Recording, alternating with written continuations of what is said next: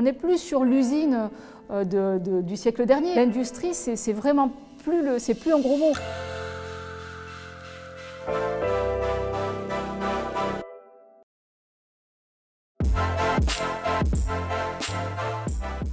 Ça a commencé à la maison, hein, dans le garage, tout simplement comme beaucoup d'ailleurs. Hein, on expérimente, on teste, on stocke.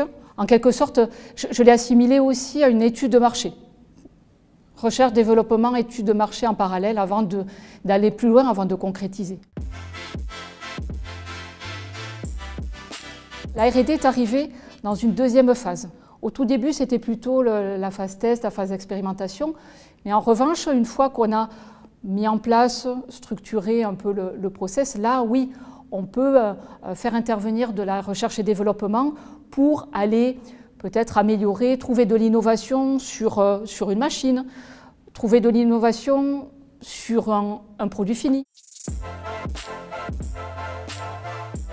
Au tout démarrage, c'était à la maison, c'était dans le garage. Très vite, j'ai souhaité rejoindre une structure d'accompagnement avec la chance d'avoir à la fois la possibilité de créer une première unité, un premier atelier. Donc j'ai eu la chance de rejoindre une structure sur Bordeaux Métropole qui s'appelle Bordeaux Techno-Ouest, qui m'a permis à la fois d'installer les bureaux et justement de créer ce démonstrateur et cette preuve de concept quelque part. Donc ça a été le tout début de l'entreprise, a été au sein de cette structure d'accompagnement.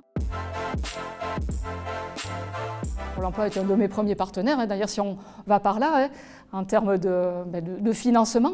J'ai eu la chance d'avoir, j'ai ma famille hein, qui est là pour me soutenir financièrement, parce que effectivement, le business n'arrive pas tout de suite. Toutes ces phases-là de création, de recherche, d'expérimentation prennent du temps, et forcément, le produit n'est pas là immédiatement, c'est très long. Mais lorsque vous avez justement la personne en charge du commercial qui vous dit « ton usine, elle est très belle hein, sur le papier, hein, mais ça ne sert à rien d'avoir une belle usine si derrière tu ne vends pas, si tu n'as pas des clients ». Donc au bout de, on va dire, 18 mois, vraiment de tests, d'expérimentation, de constituer l'équipe, on a sorti le premier produit et il se vend. On a vraiment eu un bon lancement, un bon démarrage. Il n'est toujours pas parfait, mais au fur et à mesure, on récupère les retours d'expérience de ces ventes-là.